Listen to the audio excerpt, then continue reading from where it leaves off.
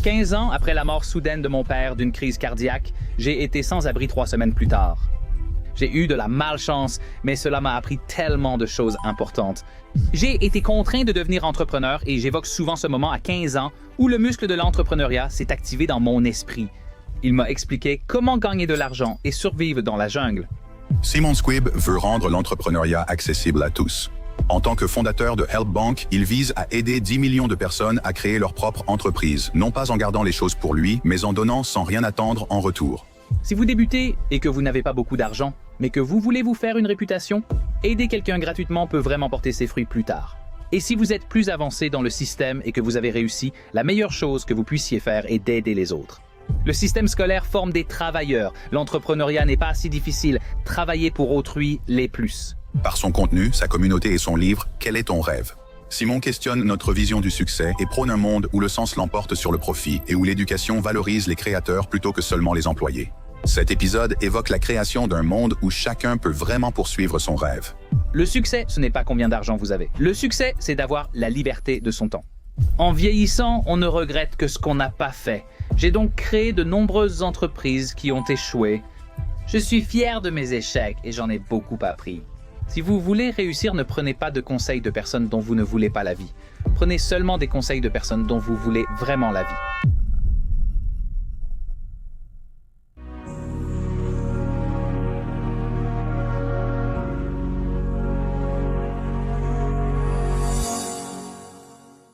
Simon, quel est ton rêve?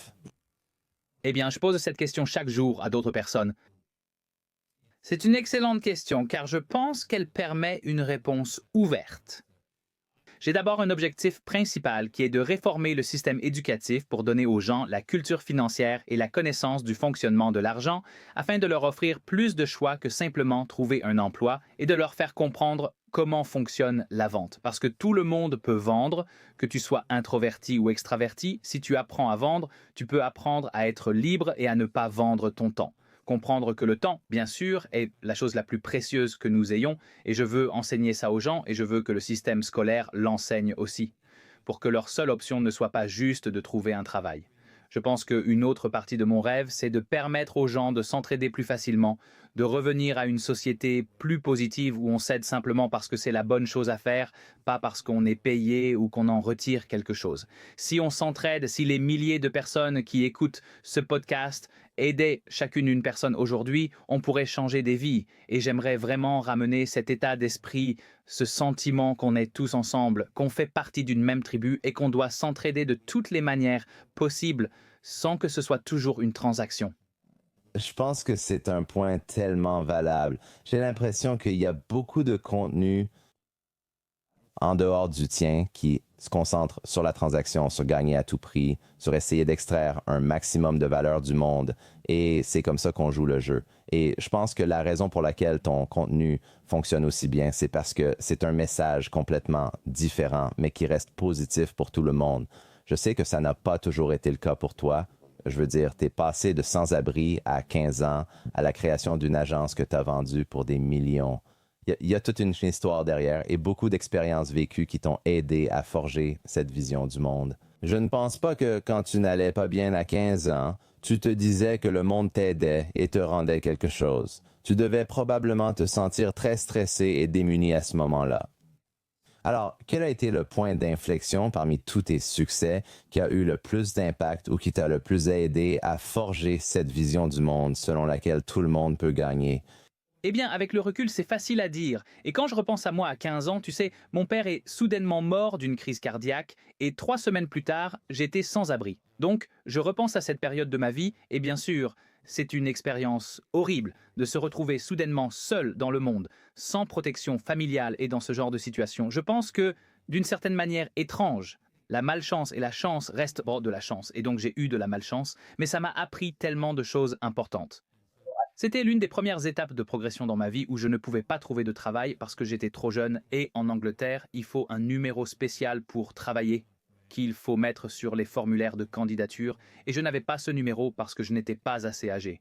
Et en plus, je n'avais pas d'adresse, donc je ne pouvais pas avoir de travail. J'ai même essayé de mendier, mais je n'y arrivais pas. Je n'arrivais tout simplement pas à convaincre les gens de me donner de l'argent. Ils pensaient juste que j'étais un toxicomane ou qu'il y avait quelque chose qui n'allait pas chez moi.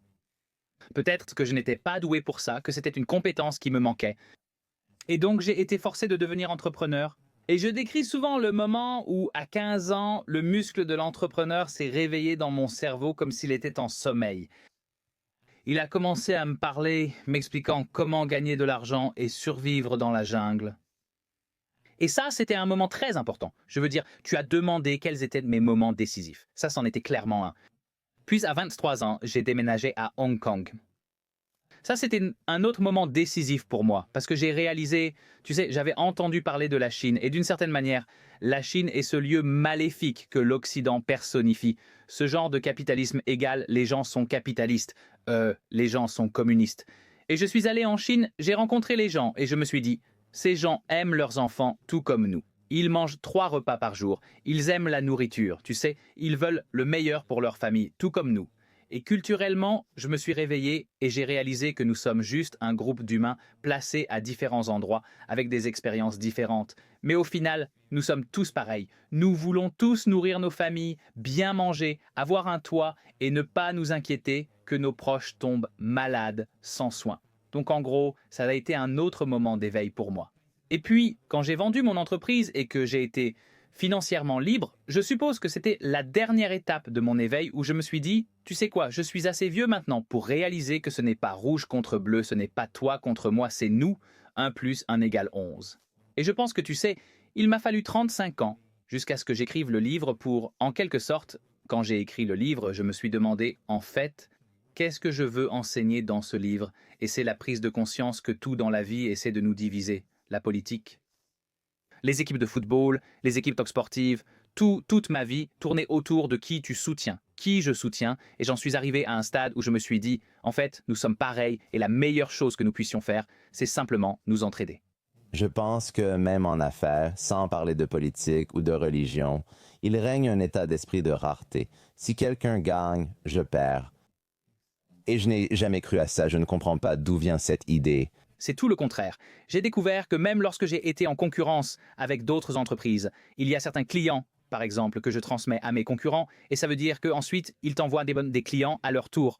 Pour une raison ou une autre, tu as des clients en conflit, ou tu n'as tout simplement pas le temps de travailler sur un projet particulier. Tes concurrents peuvent pas être tes amis, et je pense simplement que les gens ne s'en rendent pas compte. On nous apprend à nous battre entre nous, et je ne veux pas entrer dans les théories du complot sur les raisons, mais il y en a beaucoup. L'argent joue un rôle là-dedans. Il y a la division qui équivaut à avoir du pouvoir sur les gens. Mais j'ai compris que c'est faux et que nous ne devrions pas donner et prendre. C'est ce qu'on nous apprend. Donner et prendre. Nous ne devrions pas prendre. Nous devrions donner sans prendre. Donner sans attendre en retour évite le ressentiment, souvent source de douleur quand on aide les autres. J'ai vu quelqu'un tenir la porte à une autre personne qui n'a pas dit merci et il a réagi. Eh bien, ne dis pas merci alors. Je me suis demandé pourquoi il s'infligeait ce stress juste parce que l'autre n'a pas réagi comme attendu. L'attente génère de la peine. Et donc, je pense que les gens seraient beaucoup plus heureux s'ils vivaient en donnant sans attendre en retour et non pas dans le donner et recevoir. Oui, c'est intéressant. Vous savez, un exemple extrême de cela, c'est quand des gens essaient d'être altruistes ou de faire de la charité, mais qu'ils ne le font que pour pouvoir filmer et le poster sur les réseaux sociaux pour gagner en notoriété. On vit dans un monde vraiment particulier. Explique ça dans un contexte professionnel. Quelle différence y a-t-il entre donner sans rien attendre et donner puis recevoir? Concrètement, que cela signifie-t-il pour un entrepreneur qui lance un projet? Comment aborder cette idée? J'apprécie ce concept, mais que cela implique-t-il au démarrage d'une entreprise? Eh bien, donner et recevoir, c'est très normal dans nos esprits. Je t'aide si tu m'aides. Mais le problème avec ça, c'est que à chaque fois que tu le fais, il faut que quelqu'un le fasse pour toi. Donc c'est une mentalité transactionnelle dans tous les aspects de ta vie professionnelle. Par exemple, et je vais prendre mon propre exemple, j'avais une agence créative qui s'appelait Fluid, que j'ai fini par vendre à PricewaterhouseCoopers pour beaucoup d'argent. Mais au début de cette entreprise, j'ai réalisé beaucoup de projets gratuitement pour des clients. Et je ne l'ai pas fait pour obtenir quelque chose en retour. Je l'ai fait pour acquérir de l'expérience et comprendre le fonctionnement de ces entreprises. Je l'ai fait car je pouvais aider beaucoup de ces entreprises. Et certaines de ces entreprises elles sont ensuite devenues vraiment prospères et ont commencé à me payer, mais je ne m'y attendais pas. Et donc, je pense que la gratuité, par exemple, est un outil très puissant dans le monde des affaires. Pour résumer ma philosophie, appelons-la simplement aider quelqu'un gratuitement au lieu de donner pour recevoir. Et n'attendez rien en retour, parce que si vous le faites, le bouche à oreille, le fait qu'une seule personne vous adore sera l'un de vos meilleurs outils marketing. Avoir 10 clients qui vous peinent bien, c'est super, mais cela demande une réputation. Et donc, si vous pouvez aider quelqu'un et qu'ensuite il vous recommande, non pas parce que vous le lui avez demandé, mais parce qu'il en a envie, c'est extrêmement puissant. Donc je commencerai par offrir gratuitement dans un contexte professionnel. Et encore une fois, les gens disent que si ce n'est pas payant, ce n'est pas valorisé. Ce n'est pas ce que j'ai constaté. Les gens ne valorisent pas quelque chose qui n'a pas de valeur. Mais si vous mettez de la valeur dans ce que vous offrez gratuitement, cela en a. Donc je pense que la plupart du temps, si vous débutez, donnez plus, vous serez surpris de ce que cela vous apportera plus tard. Si vous avez déjà du succès, je ne comprends jamais pourquoi les gens super riches vendent des formations. Parce qu'il y a une part de moi qui se dit « vous êtes déjà super riche ». Prenons l'exemple des gens dans l'immobilier. Ils font ça tout le temps. Je me dis « pourquoi ?» D'accord, selon votre biographie. Vous avez gagné beaucoup d'argent dans l'immobilier, c'est génial. Alors pourquoi ne pas partager ce savoir avec les gens ? Alors pourquoi avez-vous besoin de facturer des frais de cours? Et vous savez, la plupart du temps, c'est parce qu'ils gagnent déjà vraiment de l'argent grâce aux cours. Pourquoi ne pas simplement aider les gens à rendre le monde meilleur? Si vous êtes la seule personne riche, vous serez très seul et vous aurez un problème dans la société. Franchement, on l'a déjà, ça arrive, hein, c'est proche. Les gens qui ont du mal à joindre les deux bouts, vous savez, les riches, ils sont diabolisés. Donc il faut vraiment, vous savez, redonner. Donc si vous débutez et que vous n'avez pas beaucoup d'argent, mais que vous voulez vous faire une réputation, aider quelqu'un gratuitement peut vraiment rapporter plus tard. Et si vous êtes plus haut dans le système et que vous avez réussi, la meilleure chose à faire est de redonner, de remettre l'échelle en place et d'aider les autres. Et c'est ce que je veux dire par donner sans attendre en retour. N'ayez pas d'attente, ne donnez pas quelque chose en espérant recevoir quelque chose en retour.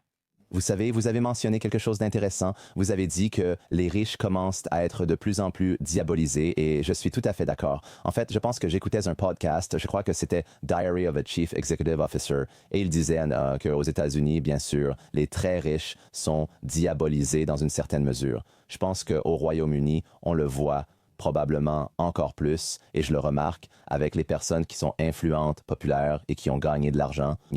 Je pense qu'il y a beaucoup de colère et d'animosité car la vie est difficile pour certains, d'où cette colère. Je pense aussi que c'est lié à ce dont vous parlez souvent. Notre système éducatif nous fait défaut.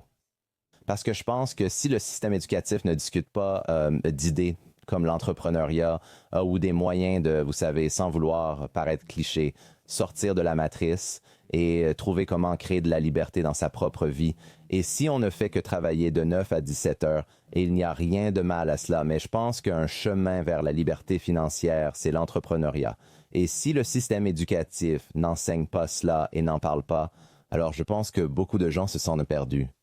Ils observent les riches et les personnes à succès sans comprendre leur parcours, ce qui est, selon moi, le cas de la plupart des gens et cause cette discorde.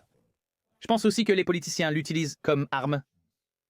Donc les politiciens veulent être élus. Alors, qu'est-ce qui est populaire? Vous savez, diabolisons les riches. En Angleterre, le Parti travailliste veut presque juste les taxer. Eh bien, en Angleterre, ils l'ont fait. Et 1000 entrepreneurs, millionnaires, ont quitté l'Angleterre au cours des 6 derniers mois pour aller à Dubaï et sur d'autres marchés. Donc, vous savez, ce n'est pas la solution. Maintenant, cela ne veut pas dire que les riches n'ont pas leur rôle à jouer pour résoudre les problèmes. Ils ont clairement un rôle à jouer et il y a clairement de la cupidité et il y a clairement des gens qui, vous savez, sont assoiffés de pouvoir et accumulent des richesses pour eux-mêmes. Mais d'après mon expérience, beaucoup de personnes riches que je connais sont des autodidactes. Enfin, dans le contexte, je ne pense pas que l'autodidactie soit vraiment possible. Tout le monde a besoin d'aide pour réussir, mais ils n'ont pas hérité de leur argent et ils ont construit leur richesse. Mais je pense que le problème, c'est comment redistribuer cette richesse. La plupart des gens, vous savez, n'ont pas confiance dans le gouvernement. Et le gouvernement est très dépensier. Il y a beaucoup de paiements d'intérêts maintenant, la plupart de l'argent va dans les intérêts, le gouvernement est endetté, donc l'argent n'arrive pas jusqu'aux gens. Et ils ne sont pas efficaces dans la façon dont ils distribuent l'aide aux gens. Les riches évitent de payer des impôts, car ils jugent inutile de donner leur argent au gouvernement. Mais d'un autre côté, et encore une fois, je l'ai vu de mes propres yeux, beaucoup de personnes riches que je connais ont peur de faire quoi que ce soit. Ils ont peur d'aider parce que ce ne sera jamais suffisant. J'éprouve aussi ce sentiment. Il aurait été plus simple de prendre ma retraite, profiter de mon bateau, voyager, mais j'ai choisi de m'engager et d'aider les gens. Étrangement, je reçois de la haine pour ça. Vous savez, les gens disent ouais, mais que je devrais en faire plus. Ou il y a des gens qui disent moi que je ne leur ai pas assez donné. On dirait que ça ne finit jamais. Et on a l'impression que finalement, est-ce que ça vaut la peine d'aider? Parce qu'on se fait juste critiquer quand on aide. Et je pense que les gens qui restent discrets, qui dépensent leur argent pour eux-mêmes, qui passent de bonnes vacances, qui profitent de la vie, qui jouent au golf tous les jours, on les laisse tranquilles. Donc il y a ce truc, je pense, où il faudrait un peu renverser les choses. La meilleure façon d'expliquer ça, c'est que dans les associations caritatives, on a cette perception que les personnes qui dirigent des associations ne devraient pas gagner beaucoup d'argent. Je trouve cela faux. Les personnes qui font le bien devraient gagner davantage. Les personnes qui aident la société, qui l'améliorent, qui produisent des choses qui rendent la vie des gens meilleure devraient gagner plus d'argent. Ceux qui conçoivent des instruments financiers pour prêter à des personnes incapables de rembourser et les endetter, causant de grandes souffrances, ne devraient pas recevoir autant d'argent comme aujourd'hui. Ils méritent un salaire réduit car ils font souffrir les gens. Donc je pense qu'il y a un problème psychologiquement où, vous savez, c'est presque comme, et je le dis avec précaution, j'ai l'impression que parfois, vous savez, le système est conçu pour nous diviser et ça fait que les riches ont peur de s'impliquer et veulent rester discrets, éviter la politique. Donc il n'y a pas de bons politiciens parce que tous les bons ont peur d'être en politique et de l'autre côté, il y a des gens qui ne comprennent tout simplement pas comment fonctionne l'argent, comment fonctionne le système, qui sont franchement utilisés pour financer et soutenir des systèmes politiques qui ne leur apportent aucune valeur. Donc oui, il y a un problème et je pense vraiment que la seule façon de le résoudre, c'est d'être bienveillants les uns envers les autres. Que pouvez-vous faire, vous qui écoutez aujourd'hui? Que pouvez-vous faire pour aider quelqu'un? Et que pouvez-vous faire pour soutenir une petite entreprise? Ça ne va rien vous coûter. Partagez dans vos stories, aimez leurs publications. Chaque jour, demandez-vous comment vous pouvez aider 5 personnes d'une manière ou d'une autre sans que ça vous coûte de l'argent. Vous n'êtes pas obligé de donner de l'argent comme moi et je pense que si on pensait tous comme ça, le monde serait un meilleur endroit. Je pense aussi. J'ai entendu M. Bett en parler souvent parce qu'il fait beaucoup de vidéos où il installe, je crois, un puits dans un village où il aidait à guérir la cécité dans l'une de ses vidéos. Et il n'arrivait pas à croire la quantité de haine qu'il recevait. Et oh, quel est-ce le but? Et pourquoi tu fais ça? Il disait, je pourrais faire 1 million de vidéos juste amusantes et divertissantes qui n'aideraient pas les gens et gagner beaucoup d'argent ainsi. Et il dit que plus tu aides les gens, plus les gens te voient comme une cible. Et je pense que oui, aider, comme dire d'accord, va dans le monde et sois une personne altruiste et bonne, c'est la première étape. Mais quand tu as des cycles d'actualité et des partis politiques, tu sais, qui conspirent tous plus ou moins contre nous pour nous diviser, quelle est la solution? Est-ce l'éducation? Tu insistes souvent là-dessus. Faut-il réformer l'éducation ou s'auto-former sur le business, l'argent, la finance? Cela aide-t-il vraiment à résoudre ce problème ou non? Le problème est tellement complexe, mais je pense que ça commence vraiment par cet état d'esprit individuel, qui est d'arrêter de penser uniquement à soi. Commence à penser à comment tu peux aider les autres. Et ça peut être des petites choses comme tenir la porte à quelqu'un sans rien attendre en retour. Cela peut commencer là, mais je pense vraiment à ne pas se demander ce que je peux faire pour moi. Comment puis-je avoir une maison pour moi? Comment puis-je gagner de l'argent pour moi? Parce que ça ne t'apporte pas le bonheur et ça cause de la souffrance à la société. Quand le tribalisme vire à l'individualisme?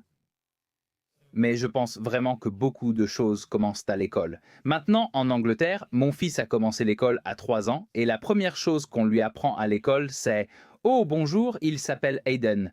Bonjour Aiden, que feras-tu quand tu seras grand ?» Donc, cette question piège instantanément son petit esprit dans « Oh, je ne sais pas, médecin, avocat. » Tu vois, il doit choisir quelque chose dès son plus jeune âge. Et je pense que la bonne question à poser n'est pas « Que feras-tu quand tu seras grand ?» mais « Quel problème vas-tu résoudre quand tu seras grand ?» Parce que ça ouvre ton esprit et te fait réaliser qu'on est tous connectés.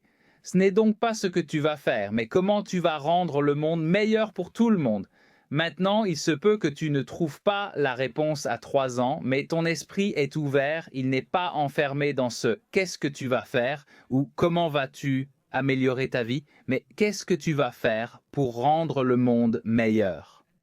Mon fils de 7 ans m'a récemment dit vouloir aider à stopper la 6e extinction après avoir vu David Attenborough en parler. Et maintenant, il réfléchit à comment aider l'humanité et il ne parle pas d'argent ou de ce qu'il peut obtenir, même si ça fera partie de sa vie. Je pense simplement que tout commence à l'école et encore une fois, le système scolaire a été délibérément conçu. Soyons honnêtes, il a été conçu pour produire un travailleur. Henry Ford et Carnegie l'ont affirmé, ce n'est pas une théorie du complot. Ils veulent que les gens soient assez éduqués pour acheter une voiture et partir 2 fois par an en vacances. Par an. Mais ils ont besoin qu'ils reviennent le lundi à 9 h pour tourner la manivelle à l'usine. D'accord. Donc le système éducatif n'a pas été mis à jour depuis 100 ans. On enseigne toujours les maths et non la littératie financière. Les maths peuvent être faites par une calculatrice, vous voyez? Donc ce n'est pas une théorie du complot, c'est un fait historique réel. Ce système scolaire n'a pas été conçu pour aider les gens à penser par eux-mêmes. Il a été conçu pour que les gens s'assoient, se taisent, portent le même uniforme, arrivent à 9 h, fassent leur travail et ne se plaignent pas. Et quand tu passes par ce système, tu ressors de l'autre côté, comme tu l'as dit. Tu ressors en tant que travailleur. Et ensuite, tu es un travailleur dans un système qui, franchement, devient de pire en pire et de plus en plus difficile. Si tu regardes le système dans lequel nos parents et nos grands-parents sont arrivés, ils pouvaient encore se permettre d'acheter une maison. Ils pouvaient encore se permettre une bonne qualité de vie. Donc maintenant, j'ai beaucoup réfléchi à ça. La même quantité de travail et d'effort qu'un employé de 9 à 5, pour la majorité des gens, ne nous donne pas le même résultat que les générations précédentes. Et maintenant, on est stressé. Et maintenant, parce que le système, l'école, ne nous apprend pas la culture financière, ne nous apprend pas à investir, ne nous apprend vraiment rien d'utile. On a ce grand fossé éducatif et on ne sait pas quoi faire. Et je pense que c'est là qu'on commence à voir les gens se fâcher contre les riches parce qu'ils se disent « Tu sais, je ne sais pas comment y arriver, mais j'aimerais avoir ça. Mais je ne sais pas comment changer ma vie. J'ai seulement été formé et élevé d'une seule manière jusqu'à présent. » C'est intéressant parce que, d'accord, tu veux enseigner la culture financière aux gens, tu veux leur apprendre l'entrepreneuriat pour qu'ils puissent gagner de l'argent. Mais ensuite, je sais que tu en as parlé plusieurs fois, et plusieurs personnes qui sont passées dans l'émission l'ont aussi répété. Si tu gagnes beaucoup d'argent, tu n'es pas non plus épanoui, parce que maintenant, tu te rends compte que l'argent, ce n'est pas tout. Il y a bien plus que les gens oublient de prendre en compte sur le chemin vers l'argent. Ils disent qu'ils le font, tu sais, ils changent leur état d'esprit de salarié à entrepreneur. Et puis, ils se lancent à fond dans l'entrepreneuriat. Ils oublient leur santé physique et mentale. Ils oublient les relations. Ils oublient tout. Puis un jour, après avoir vendu leur entreprise, ils se retrouvent avec de l'argent, mais tout le reste a dérapé. Alors, quel serait ton conseil pour quelqu'un qui, écoute, veut être un peu plus agressif, veut être un peu plus entreprenant, veut gagner de l'argent, mais au final, comment structurer sa vie pour ne pas se réveiller à 50 ou 60 ans en se sentant complètement vide, avec de l'argent à la banque, mais plus rien d'autre? Eh bien, encore une fois, tout commence par l'éducation, n'est-ce pas? J'ai 50 ans. J'ai beaucoup d'argent à la banque, mais je pense que tu sais que ma vie n'est pas parfaite. Je suis en forme, mais je pourrais l'être davantage. Et à certains moments de ma carrière, j'ai négligé ma santé, mais franchement, soyons honnêtes, quelqu'un qui travaille pour quelqu'un d'autre a fait la même chose, c'est juste ma vie. Si j'ai dû voyager sans arrêt pendant 3 semaines pour promouvoir mon livre en janvier, il y a eu des moments où je n'avais tout simplement pas le temps de faire de l'exercice. Donc je pense que la vie, c'est un peu comme un tabouret bancal. Il faut aller là où tu sais que ça vacille pour rester à flot. Par exemple, cette semaine, j'ai fait du sport toute la semaine, tu vois, je rattrape le temps perdu et je travaille moins. Donc je travaille toujours parce que je réfléchis tout le temps, comme nous le faisons en tant qu'entrepreneurs. Mais je pense que toute cette image selon laquelle l'entrepreneuriat est quelque chose de difficile et de dur est souvent perpétuée par les entrepreneurs eux-mêmes. Parce qu'en réalité, c'est plus difficile de travailler pour quelqu'un d'autre, surtout sur le long terme. Tu sais, j'ai 50 ans maintenant, je pourrais arrêter de travailler si je le voulais. Je connais des gens du même âge que moi, ils sont avocats et ils doivent travailler encore plus d'heures pour couvrir tous les coûts liés à l'inflation du niveau de vie. Donc ils ne se sont pas lentement libérés du travail pour être libres, ils se sont lentement enfermés dans un travail encore plus difficile. Ils ont débuté à 25 ans comme avocats, célibataires, libres, avec un bon salaire et un métier glamour. Puis ils se sont mariés, ensuite ils ont eu des enfants, ensuite ils ont pris un crédit immobilier, ensuite ils ont eu ceci, ensuite ils ont eu cela, et maintenant ils doivent travailler encore plus d'heures. Donc je pense que l'entrepreneuriat, il faut arrêter de le vendre aussi fort. Je dis toujours aux entrepreneurs qui se plaignent auprès de moi de la difficulté que c'est. Je leur dis, d'accord, donnez alors toutes vos parts à vos employés. Aucun d'entre eux ne veut le faire. Si vous faisiez un sondage auprès des entrepreneurs et que vous disiez « Je sais que l'entrepreneuriat est vraiment difficile. Donnez alors vos parts à vos employés », eh bien c'est fini, non? C'est la fin de l'histoire. Les gens refusent parce que l'entrepreneuriat n'est pas aussi difficile qu'on le dit. Ne vous y trompez pas, travailler pour autrui ou aller à la salle de sport, c'est difficile. Contrôler son alimentation est difficile. Qui a dit que ce serait facile? Ce défi fait partie de l'excitation de la vie. Je n'adhère pas à l'idée que devenir entrepreneur mène forcément à l'épuisement ou au burn-out. Ce n'est pas forcément vrai. Il faut aussi de la discipline. Il faut savoir travailler dur et rester concentré, comme je l'ai fait pour le lancement de mon livre en janvier. Il faut parfois refuser certaines choses, quelques jours pour récupérer, mais quand on travaille pour quelqu'un d'autre, ce n'est pas vous qui décidez. Je choisirai l'entrepreneuriat chaque jour. C'est bien plus simple que travailler pour autrui. Quand quelqu'un pense à créer sa propre entreprise, et je ne suis pas en désaccord avec toi parce que moi aussi, on est vraiment des âmes sœurs là-dessus. Donc, tu sais, tu prêches un convaincu. Je sais que beaucoup de gens dans le public ont du mal, alors je vais te dire qui ils sont. Certains entrepreneurs adhèrent déjà à ton message, d'autres ont créé et vendu des entreprises. Un grand groupe de personnes réussissent et travaillent dans une entreprise depuis 10, 20 ou 30 ans. Et ils se sentent insatisfaits et stressés de n'avoir pas accompli ce qu'ils voulaient dans la vie. L'entrepreneuriat les a toujours attirés, mais ils n'ont jamais osé se lancer. Ils veulent changer de vie, mais ont trop de responsabilités. Enfants, crédit immobilier, conjoint. Que recommandez-vous à ces personnes? Doivent-elles se lancer tout en cherchant à limiter les risques? Qu'en pensez-vous? Je connais beaucoup de ces personnes et je suis en direct. Quelques milliers de personnes écoutent sur Instagram et TikTok. Je connais toutes ces personnes, je connais leurs profils différents, leurs problèmes et leurs difficultés.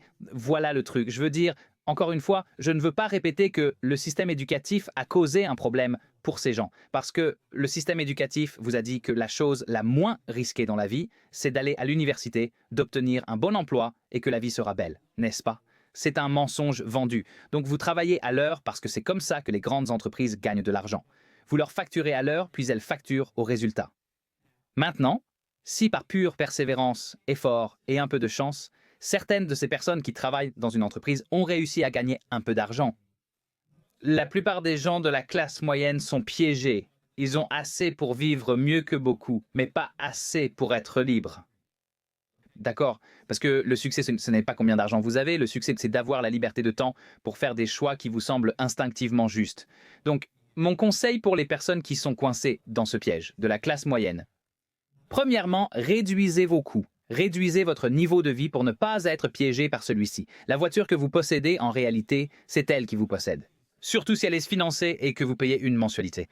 Chaque mensualité payée est versée à l'entreprise pour laquelle vous travaillez. Vous travaillez pour eux et échangez votre temps contre un salaire. C'est pareil pour un prêt immobilier et une maison. Beaucoup vivent dans une maison trop grande, pensant que cela les rendra heureux, mais ils sont piégés par cette idée.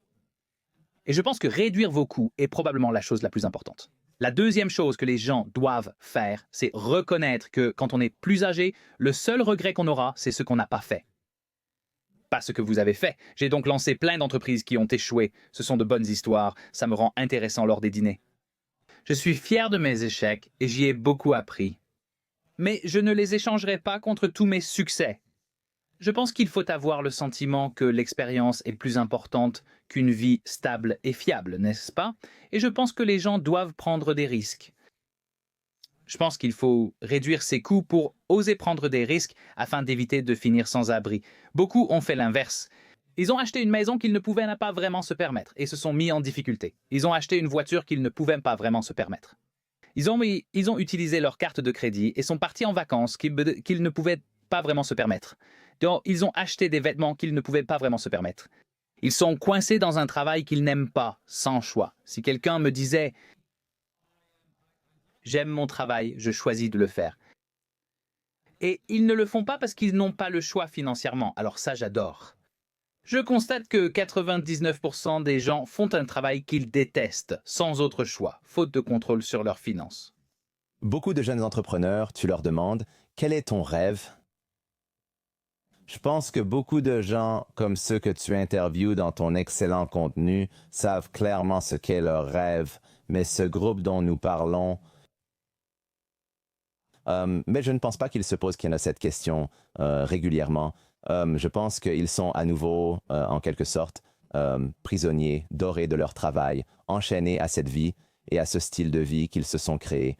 Et je pense que la question « Quel est ton rêve ?» fait peur parce qu'elle sous-entend qu'il pourrait y avoir une autre vie qu'ils pourraient mener, qui serait réellement épanouissante pour eux et qu'ils ont perdu tellement de temps. Donc, quand tu te poses pour la première fois la question « Quel est ton rêve ?» Si tu te retrouves dans une situation où tu es piégé et où tes dépenses sont élevées, tu vas passer par ces étapes. Tu vas réduire tes dépenses, tu vas être un peu plus intelligent avec ton argent. Mais par où commence-t-il même? Et je veux dire, c'est vraiment le thème de ton contenu. C'est le nom du livre que tu viens de lancer et d'écrire, mais c'est une question très effrayante pour certaines personnes. Alors, par où commence-t-il quand il se pose cette question? Quel est ton rêve? Tu sais, il y a différents concepts comme l'ikigai et les diagrammes de Venn, de ce dans quoi tu es bon et de ce dont le monde a besoin, et toutes ces différentes formules pour découvrir ton rêve. Si on ne s'est jamais posé la question, par où commencer? Eh bien, si on parle d'une personne de 40 ans qui ne connaît pas son rêve et qui doit le trouver, je dirais qu'elle est coincée dans le mode combat ou fuite et que la partie créative de son cerveau, qui était probablement très active quand elle avait 5 ans, a lentement été étouffée. Elle est devenue très pratique et elle n'arrive même plus à penser à son rêve. Donc la seule façon d'activer la partie créative de ton cerveau et de trouver ton rêve, c'est de sortir de ce piège, de sortir du mode combat ou fuite. Maintenant, tu peux le faire de deux façons. En sortant progressivement de cette situation et en réduisant tes coûts ou en te convainquant mentalement « je suis riche, j'ai tout l'argent qu'il me faut ». Maintenant, que ferais-je? Essaie de te sortir de cette mentalité du genre « oh, je n'ai pas d'argent, je dois payer les factures à la fin du mois, je dois payer le crédit de la voiture, je dois payer la facture d'électricité ». Cette partie de ton cerveau, la partie combat ou fuite, va tout dominer. Tu ne peux pas penser à ton rêve quand tu es coincé là-dedans. Donc, tu dois en sortir. Et tu le fais soit en te libérant financièrement, soit en mettant ton cerveau dans un état de relaxation pour te permettre de découvrir quel pourrait être ton rêve. Maintenant, si tu fais partie de l'autre catégorie, où tu connais réellement ton rêve, tu as la chance de connaître ton rêve. Fais-le simplement. Et fais-le avant d'avoir des regrets, parce que le regret est la pire chose que tu puisses avoir dans la vie. N'aie pas de regrets, tu dois juste le faire. Saute, vas-y maintenant. Donne-toi, tu sais, si tu as des enfants et tout ça, donne-toi une piste, prépare le navire. Mais vas-y, parce que tu ne vivras pas longtemps. Lance-toi maintenant, au pire, ce sera une expérience. Et la bonne nouvelle, c'est que si tu as un bon travail maintenant, tu pourras en retrouver un plus tard. Tente le coup, prends une année, essaie, et tu seras surpris de voir jusqu'où tu peux aller en un an. Accorde-toi ce temps et au moins, si tu essaies et que tu échoues, au moins, tu n'auras pas de regrets. Mais comment sais-tu si c'est le bon rêve? Comment sais-tu si tu es sur la bonne voie? Et ça, tu sais, Kevin O'Leary en parle beaucoup. Quand une idée de business est mauvaise, pour ça, il faut l'emmener derrière la grange et l'abattre. Et beaucoup de gens n'abandonnent pas leurs idées de business assez vite et continuent à poursuivre ce rêve qu'ils ont alors qu'il ne leur sert plus. Et je pense que c'est aussi une peur que les gens ont. Et si je prends la mauvaise décision, et si mon rêve, il n'y a pas de marché pour lui? Comment tu réfléchis à ça? Ou peut-être que tu crois que n'importe quel rêve, si tu t'y accroches assez longtemps, tu peux le rendre réel. Donc, je pense que tu parles d'échec ici. Tu évoques la peur de l'échec. C'est vraiment de ça que tu parles. Et donc, parce que disons que tu penses connaître ton rêve et que tu vas l'exécuter, il se passe une des deux choses. Soit ça ne marche pas et c'est juste la vie des affaires, parfois les idées ne fonctionnent pas, soit ce n'est pas vraiment ton rêve. D'ailleurs, ça m'est arrivé, j'ai lancé une entreprise de jardinage à 15 ans. Ce n'était pas mon rêve, mais j'avais besoin d'argent. Et heureusement, je me suis forcé à créer une entreprise et j'ai découvert que j'aimais le marketing, pas le jardinage, en essayant des choses. C'est pour ça que je pense qu'il est si important de réformer le système éducatif, parce que plus tu es jeune, plus c'est facile, il n'y a aucun doute là-dessus. D'accord, si tu es jeune comme... J'ai lancé ma première entreprise à 15 ans. Je peux lancer une entreprise de jardinage, perdre 1 an et me dire que ce n'est pas mon rêve, tu vois. Donc, plus tu commences jeune, plus tu as de chances de découvrir quel est vraiment ton rêve, non? J'ai demandé à mon fils de 3 ans quel problème il voulait résoudre. Il lui a fallu 4 ans pour comprendre la question et répondre. Peut-être que son vrai rêve n'est pas d'empêcher la 6e extinction, tu vois, mais au moins, il y pense. S'il y pense, il pourrait découvrir son vrai rêve en chemin, si ce n'est pas déjà le cas. Il faut commencer jeune. Maintenant, si tu commences plus tard, j'espère au moins que tu sais ce que tu aimes faire et ce que tu n'aimes pas faire, c'est déjà un bon point de départ. Donc si tu aimes la pêche, essaye de te lancer dans un métier qui touche à la pêche. Comme ça, au pire, même si tu ne résous pas les plus grands problèmes du monde, tu fais quelque chose que tu aimes chaque jour. Et ça, c'est une réussite. Ouais, moi, c'est tellement vrai, je pense aussi. Je crois vraiment à ça. Je fais partie de ceux qui pensent que si tu passes à l'action, si tu as quelque chose que tu aimes, si tu agis, je crois vraiment que si tu trouves un moyen de t'y tenir assez longtemps, tu finiras par trouver un moyen de réussir d'une façon ou d'une autre. Je veux dire, il faut être intelligent. Il faut apprendre de ses échecs. Il faut, je veux dire, les ressources auxquelles on a accès aujourd'hui sont illimitées. Podcasts, livres, vidéos YouTube. Mais si tu persévères dans quelque chose assez longtemps, tu finiras par trouver un moyen d'y réussir.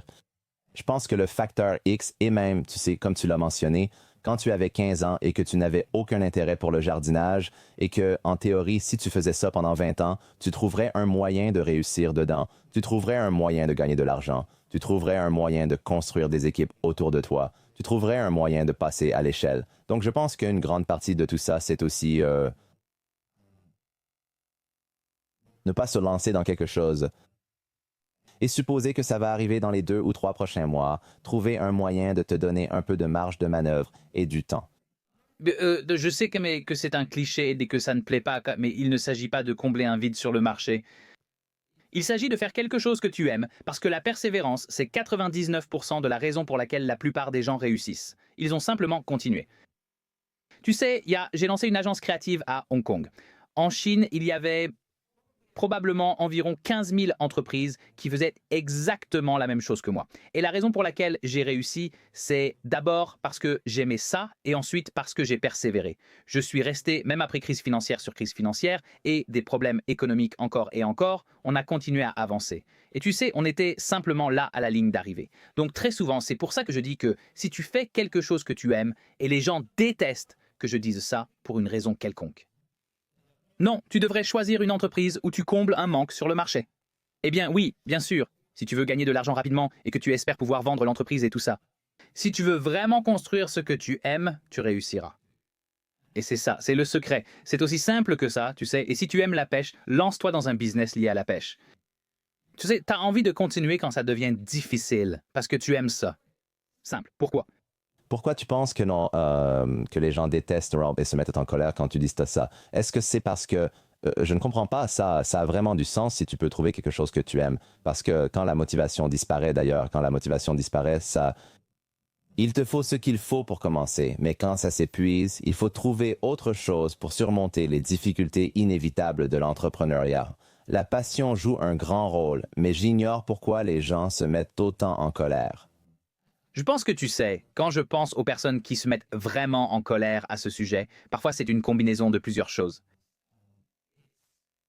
Ils ne l'ont pas fait, donc leur vie n'inclut pas ce qu'ils aiment, mais ils ont peut-être gagné de l'argent. Je ne dis pas que tu ne peux pas gagner de l'argent sans aimer ce que tu fais. Je dis simplement, pourquoi ne pas combiner les deux? Beaucoup d'entre nous ont un biais de survie, moi y compris. J'ai survécu grâce à l'entrepreneuriat, donc je crois de tout mon cœur que c'est ce que les gens doivent apprendre. Je pense avoir raison et que ce n'est pas lié au biais de survie, même si nous l'avons tous. Je pense que beaucoup de gens ont une vie où ils ont peut-être créé une entreprise qui était dans une niche et c'était pour gagner de l'argent et ils l'ont fait. Je remarque souvent ce comportement dans l'immobilier. Mais si tu creuses un peu, ils ont eu 3 divorces et ils ne sont pas vraiment heureux. Et ils ont fait quelque chose pendant 20 ans, mais ils n'aiment pas ça. Et ils l'ont fait parce que ça leur rapporte de l'argent et au fond, ça les a rendus encore plus malheureux. Encore une fois, je connais beaucoup de gens comme ça. Ils n'avaient pas ce biais de survie. Ils disent « J'ai créé une entreprise que je n'aime pas, mais j'en ai tiré de l'argent. » Oui, je surfacture les infirmières pour le loyer et alors, j'ai gagné de l'argent. Preuve qu'on n'a pas besoin d'aimer ce qu'on fait. Je pense qu'il y a un vrai biais de survie. C'est la haine que je reçois. Je pense que l'autre type de haine est vraiment une combinaison d'ignorance et d'inaction de leur part. Ainsi, beaucoup ignorent que leurs passe-temps peuvent devenir des entreprises. Ils ont fini par croire qu'il s'agit seulement de passe-temps et qu'on ne peut pas en vivre. Quelqu'un m'a dit « Je veux être promeneur de chiens ». Comment vais-je gagner de l'argent avec ça alors? Je lui ai dit « Eh bien, combien d'argent as-tu besoin de gagner chaque mois? C'est quoi, au juste? Qu'est-ce qu'une entreprise axée sur le mode de vie? Et qu'est-ce qu'un emploi? » Tu sais, en fait, tu peux créer une entreprise de promenade de chiens, tu peux créer une entreprise de toilettage pour chiens, tu peux créer une entreprise de produits pour chiens à destination des personnes pour qui tu promenais les chiens auparavant. Ou alors, tu sais quel type de style de vie veux-tu dans cette entreprise? Et si tu aimes marcher, je te promets que je pourrais te trouver un modèle d'entreprise pour ça. Les gens pensent rarement que leurs passe-temps peuvent devenir des entreprises car l'école n'enseigne pas le business. Ils ne créent donc pas de modèle d'affaires autour de leurs loisirs. Ils pensent juste que c'est des conneries, mais c'est juste de l'ignorance. C'est un manque de connaissances sur le fonctionnement des affaires. Leur premier réflexe est d'affirmer que c'est impossible. Comment vais-je gagner de l'argent? J'aime jouer, j'aime regarder Netflix. Quelqu'un m'a dit l'autre jour dans un commentaire, comment vais-je gagner de l'argent avec ça? Il devrait exister une chaîne de critique Netflix pour savoir quoi regarder, car je ne sais jamais quoi choisir sur la plateforme. Et s'il y avait une bonne chaîne YouTube qui me disait ce qui est bien et pourquoi, je l'écouterais, tu vois. Et ils sont là, genre, ah ouais, je pourrais faire ça, je suppose, ouais. Ouais, tu aimes traîner devant Netflix, et voilà un modèle économique pour toi. Je pense que c'est parce que le système scolaire ne t'apprend pas à faire ce que tu aimes. Il fait l'inverse. Le système scolaire dit que si tu n'es pas bon en histoire, tu dois travailler plus. T'as eu un D, tu dois travailler plus la biologie. Et en réalité, dans le monde réel, c'est complètement l'inverse, non? Donc, je ne me soucie pas de la comptabilité et de la finance. Que fais-je?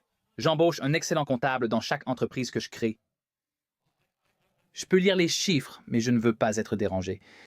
Je veux m'assurer qu'on encaisse bien l'argent et qu'on n'a pas de problème de trésorerie, bien sûr, mais je ne veux pas m'occuper de tout ça. Maintenant, je pourrais passer 5 ans à apprendre la comptabilité comme le système scolaire me l'a dit, ou je pourrais simplement engager quelqu'un qui adore tout ça. Et donc, je pense que c'est là que le système scolaire est encore en tort, parce qu'il dit d'apprendre ce dans quoi tu n'es pas bon, et alors l'apprentissage devient pénible, et tu finis par être dégoûté d'apprendre.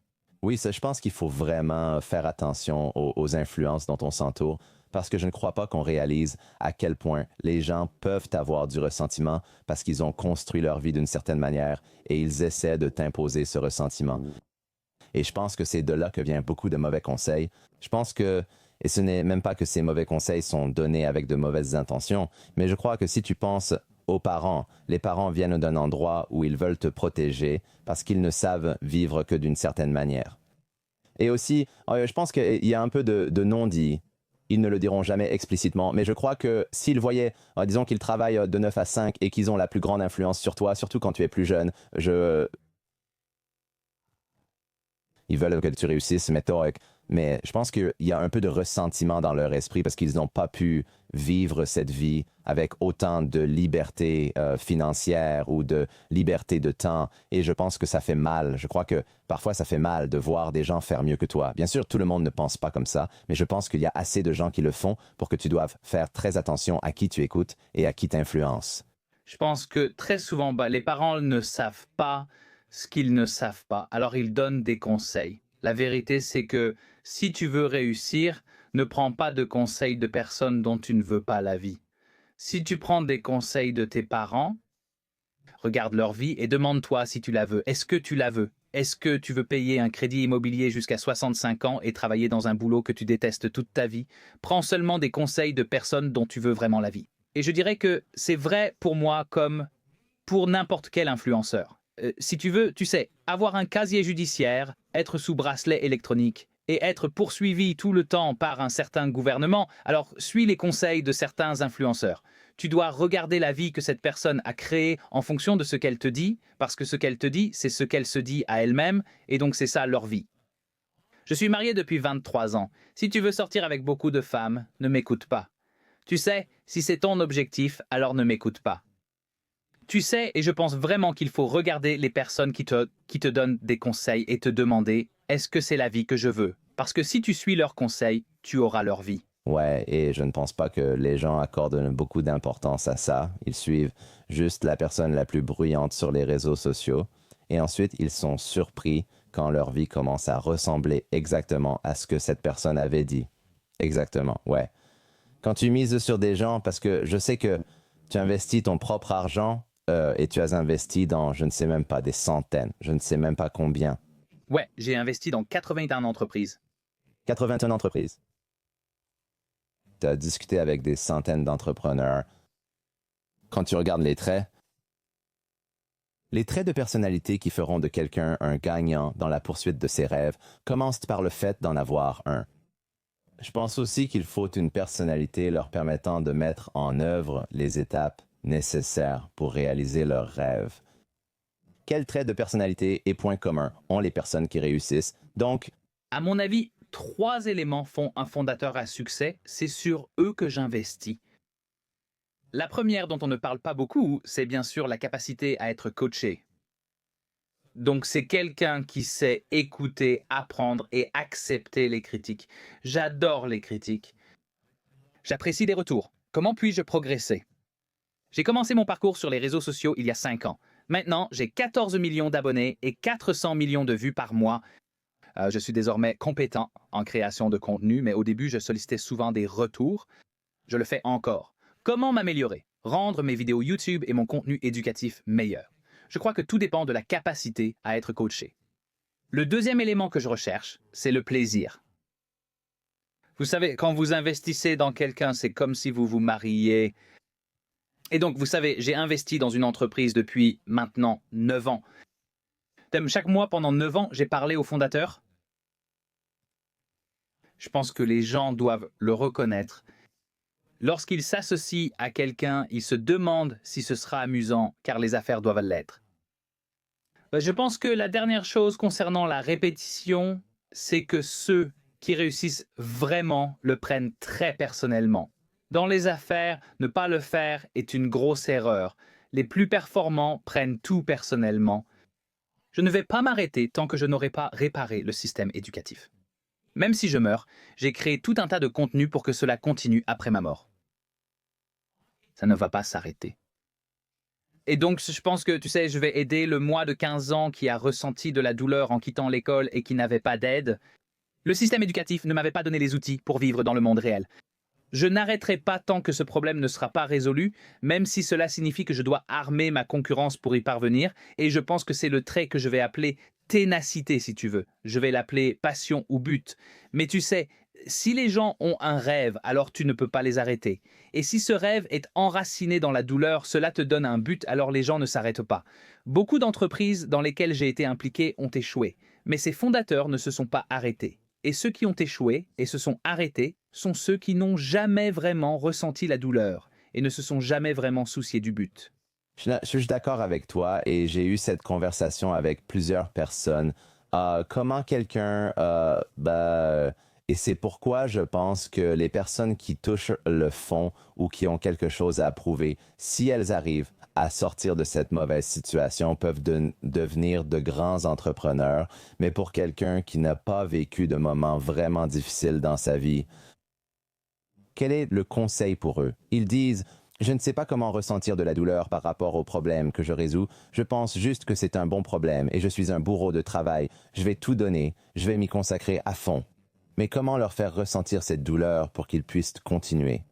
Je pense que la douleur est un cadeau et ceux qui n'ont pas connu la douleur et donc n'ont pas trouvé de but, je sais qu'il y a beaucoup de gens comme ça. D'abord, je dirais que c'est un désavantage. Je suis heureux d'avoir connu la douleur. Elle m'a rendu plus fort et m'a offert quelque chose de plus précieux que la réussite, la liberté de mon temps.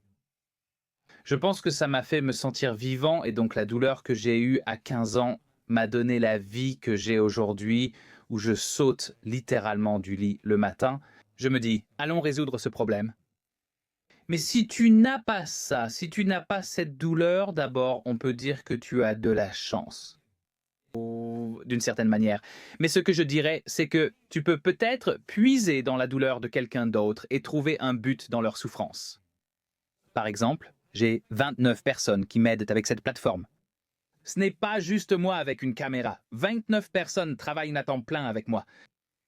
Et toutes ces personnes se soucient du problème que j'essaie de résoudre. Maintenant, est-ce qu'ils ressentent la même douleur? Non. Est-ce qu'ils se soucient du problème que nous essayons de résoudre? Oui. Est-ce que ça les rend super motivés et super heureux de participer à cette mission? Oui. Donc ils ont exploité ma douleur, ils l'ont transformée en leur douleur. C'est du piratage. J'adore ça, j'aime vraiment ça. Et je pense, nous avons beaucoup discuté des systèmes éducatifs, de la mentalité entrepreneuriale et de l'importance d'embaucher des personnes partageant la même mission et motivation plutôt que de simples candidats en quête d'emploi. Et en fait, l'une de mes idées préférées concernant le recrutement, c'est qu'on peut embaucher non seulement des personnes qui sont motivées par la mission et alignées, mais aussi des personnes qui, à un autre moment de leur vie, pourraient être entrepreneuriales, mais que ce n'est peut-être tout simplement pas leur moment pour l'être. Si vous trouvez une personne au potentiel d'entrepreneur pas encore intéressée, que vous l'intégrez et qu'elle partage votre mission et vos valeurs, elle deviendra la superstar qui vous fera progresser. On pourrait faire tout un podcast sur le recrutement, mais j'adore ça. Eh bien, le recrutement est très simple. Les gens me disent toujours que l'un des plus gros problèmes qu'ils rencontrent en affaires, c'est la gestion des personnes. Et Dis quelque chose. que je veux que ce soit vrai, issu d'une expérience solide, que vous n'avez pas besoin de gérer les gens. Vous devez gérer le but. Si vous clarifiez le but, alors les gens vont se gérer eux-mêmes et vous recruter en fonction du but.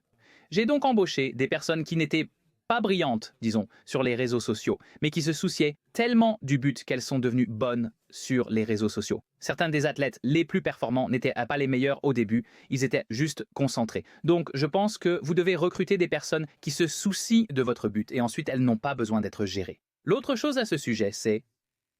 Et ce dont tu parles là, parfois, tu sais, c'est l'entrepreneur, c'est la personne à l'intérieur de l'entreprise qui est comme, par exemple, j'avais une associée dans Fluide et elle est graphiste.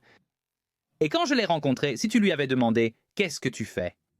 Elle aurait dit une créative. Elle aurait dit qu'elle est designer, tu vois, elle ne se serait pas décrite comme une entrepreneuse. Et donc, j'étais l'entrepreneur qui s'est associé avec elle dans cette entreprise.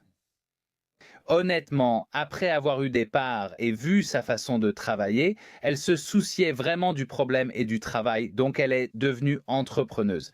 Elle l'était déjà, mais je l'ai aidée à s'en rendre compte et posséder des parts aide à devenir entrepreneur. S'investir dans le problème comme si c'était le sien fait de toi un entrepreneur. Ce n'est pas réservé à un seul profil. Moi, je suis extraverti et issu du marketing. Mais il existe 8 types d'entrepreneuriat différents. Mais tout le monde qui écoute ceci est un type d'entrepreneur.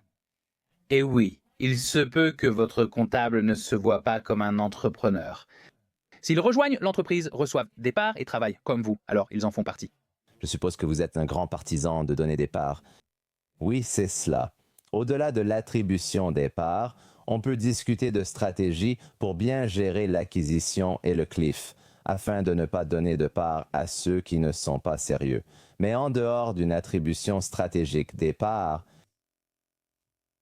en dehors d'aligner le but, quelle serait la dernière idée qui te vient à l'esprit?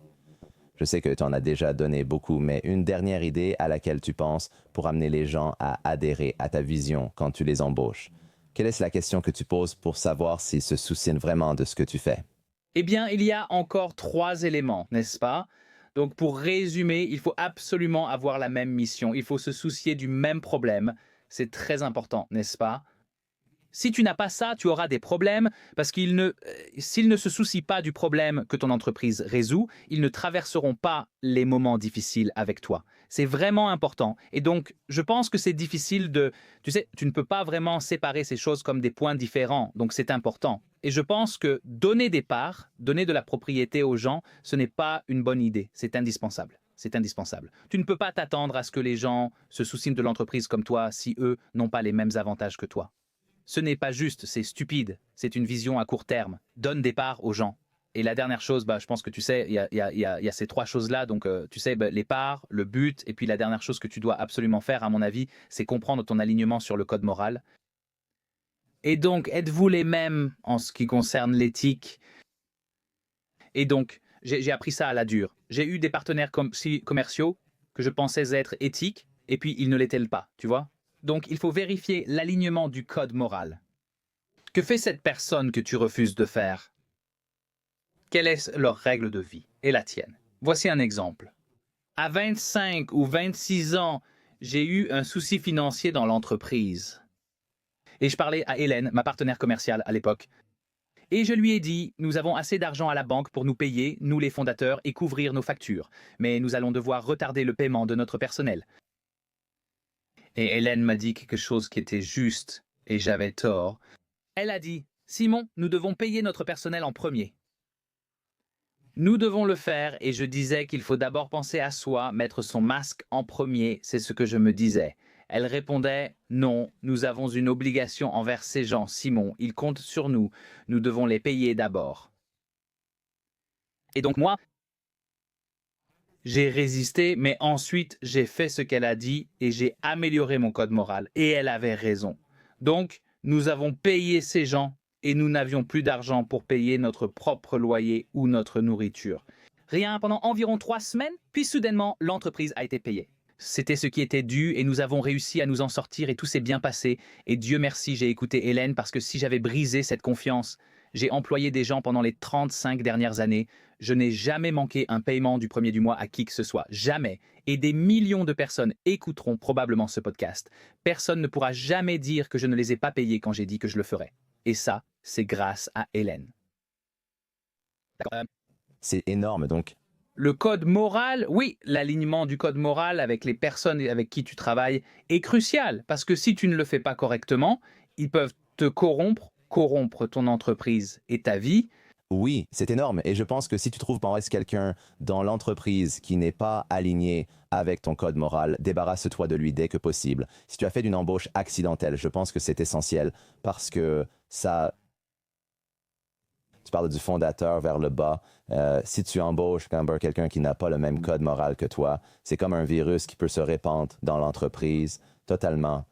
Oui, et c'est pareil s'ils ne croient pas en ta mission. S'ils cessent d'y croire, ils finiront par la miner de l'intérieur en pensant « Oh, cette mission est… » De la merde, ils embrouillent tout le monde. Ils embrouillent tout le monde dans l'entreprise. Et puis toutes les personnes qui sont vraiment alignées commencent à se dire « Eh bien, si cette merde est tolérée, qu'est-ce que je fais ici ?» Soit ils baissent leurs standards, soit ils vont... partir. C'est le virus de ce qu'on appelle les 7 et 8. Oui, le virus des 7 et 8. Vous savez, vous avez des 10, des 8 et des 9. Des 10, ce sont des gens brillants. Ils sont heureux. Vous êtes heureux. Vous avez des 1 et des 2 parmi eux et ils ne sont pas heureux. Ils savent qu'ils n'apprécient pas. Vous savez que ce n'est pas bon. C'est facile pour tout le monde de prendre la décision de partir, de démissionner ou d'être licencié. Mais les 7 et 8 sont les plus compliqués parce que vous pensez qu'ils pourraient être meilleurs. Parfois, ils s'investissent. Parfois, ils font semblant de s'investir. Il faut faire attention à cela parce que vos 9 et 10 partent si les 7 et 8 restent. Je ne veux pas complètement changer de sujet, mais il y a une chose que je voulais te demander il y a quelque temps, et je sais que tu as un avis là-dessus, et j'étais curieux de savoir pourquoi tu avais cet avis. Tu parles beaucoup de la propriété immobilière, tu parles beaucoup de la création de richesse en général, mais tu as des opinions sur la propriété immobilière, et je suis juste curieux, quel est ton avis? Parce que tous ceux qui écoutent ça sont des entrepreneurs, ils s'intéressent à l'investissement, et... l'immobilier, les crypto-monnaies, les actions, ils veulent devenir business angels, peu importe. Ils veulent trouver un moyen de placer leur argent une fois qu'ils en ont gagné un peu. Mais je ne pense pas que tu considères, d'après ce que j'ai compris, que l'immobilier soit le meilleur investissement comparé à d'autres actifs. Tu parles souvent de l'immobilier et de ses acteurs. Pourquoi tu évoques sans cesse l'investissement immobilier et la propriété de maison? Et à ton avis, est-ce un bon moyen d'investissement ou pas? Sinon, oui, pour la personne ambitieuse, avec un peu d'argent qui veut t'apprendre à investir, vers quoi tu les orientes? Alors là, tu touches à un point très sensible avec moi sur ce sujet. Je ne comprends pas pourquoi, mais je veux savoir. Parce que j'ai beaucoup de choses à dire sur le sujet et que c'est un cancer dans le système de la vie humaine et ça m'inquiète beaucoup. Donc, j'ai une vision différente du secteur de la propriété par rapport à la plupart des gens, mais je pense que si les gens comprenaient vraiment tout ce que j'essaye d'expliquer ici, même des propriétaires seraient de mon côté. Et je peux tout t'expliquer. Bon, je ne veux pas aller trop loin. Je ne sais pas si tu veux que j'aille à fond. Je peux le faire. C'est comme tu veux. Mais j'aimerais bien que tu le fasses. D'accord, c'est un public intelligent, vas-y. D'accord. Donc, il y a différents éléments autour du secteur immobilier qu'il faut comprendre. D'accord? Commençons par les bases. Si vous vivez dans un bien immobilier en ce moment, vous en êtes le propriétaire, vous le possédez. La plupart des gens, 99% des gens, ont un prêt immobilier, d'accord? Donc, disons hypothétiquement que vous en êtes propriétaire, mais en réalité, ce n'est pas le cas. Si vous regardez les papiers, c'est la banque qui en est propriétaire. Elle vous a prêté l'argent pour l'acheter, c'est à elle jusqu'à ce que vous remboursiez le prêt, d'accord? Donc, gardez bien ça en tête. Si vous êtes très riche, les gens pensent que vous achetez des biens immobiliers. En réalité, si vous regardez la nuance, si vous êtes très riche et que vous pouvez acheter 400 biens immobiliers, c'est trop à gérer pour vous. C'est trop de travail. Si vous mettez cet argent en bourse, ce serait facile. C'est très liquide. Vous mettez, vous retirez, c'est simple. L'immobilier, ce n'est pas aussi liquide. Et il y a beaucoup d'entretien. Donc, ce qui se passe en réalité, les riches donnent leur argent à la banque, qui sert d'intermédiaire pour vous le prêter. D'accord, alors soyons honnêtes et essayons de nous mettre d'accord sur quelques points importants avant que je ne commence à m'énerver à ce sujet. Les banques ne sont pas là pour vous aider à gagner de l'argent, elles sont là pour gagner de l'argent sur votre dos. C'est leur objectif, et il n'y a rien de mal à cela, mais c'est leur objectif. Elles vous prêtent de l'argent parce qu'elles savent qu'elles peuvent gagner de l'argent grâce à vous. Cela dépend des pays, des lieux et de la situation de chacun, chacun ayant un avis selon son expérience. Mais dans la majorité des cas, si la banque vous prête de l'argent pour acheter un bien immobilier, tout d'abord, vous allez finir par payer 2 ou 3 fois plus pour ce bien à la fin de la période de 30 ans. Donc le bien immobilier pour lequel vous payez un prix maintenant, vous le payez beaucoup plus cher à cause des intérêts composés au fil du temps, n'est-ce pas? Ainsi, vous payez 2 ou 3 fois le prix de la maison par rapport au jour de l'achat. En plus, et je vais détailler les différents modèles de propriété, d'accord? Bon, avant qu'on me dise que l'immobilier rapporte beaucoup, analysons les modèles. Si vous achetez un bien immobilier pour y vivre, techniquement en termes comptables, c'est considéré comme un passif, pas comme un actif. Si vous demandez aux gens, le bien immobilier que vous possédez, est-ce un actif ou un passif? L'argent naïf dira que c'est un actif. Ils ignorent le fonctionnement de l'argent. Ce n'est pas un actif, mais un passif. Pourquoi? Principalement parce que cela vous coûte de l'argent chaque mois et ne vous en rapporte pas. Donc, ce n'est pas un actif. Maintenant, les gens vont dire, eh bien, si je le vends, je vais gagner 200 000 $. Je leur dis, alors, vendez-la. Mais les gens ne peuvent ou ne veulent pas. Parce qu'ils y ont déjà investi un acompte. La société de prêt hypothécaire appliquera des pénalités si vous essayez, ce qui montre pourquoi ce système est défavorable. Ils ne veulent pas que vous remboursiez le prêt, n'est-ce pas? Vous avez une dette à rembourser, les prêteurs ont un paiement garanti, beaucoup feront défaut, ils récupèrent donc leur argent. En plus, ils ont vendu votre maison 3 fois sa valeur sans que vous le sachiez, et vous restez coincé à payer pendant 30 ans, puisque vous avez acheté cette maison. 99% des gens restent là où ils achètent leur maison et y investissent toutes leurs économies. Donc, au lieu d'investir dans une entreprise qui peut vous générer des revenus ou d'investir dans une entreprise qui vous apprend des compétences pour vous permettre de gagner plus d'argent plus tard, les gens restent coincés dans une maison et pour le reste de leur vie, ils vont subir l'inflation du niveau de vie, acheter une maison plus grande et ils vont finir par mourir dans cette maison, n'est-ce pas? Et le seul argument que les gens avancent alors, c'est « D'accord, oui, donc je vais payer 3 fois plus cher pour ça. Je vais rester ici sans saisir l'opportunité.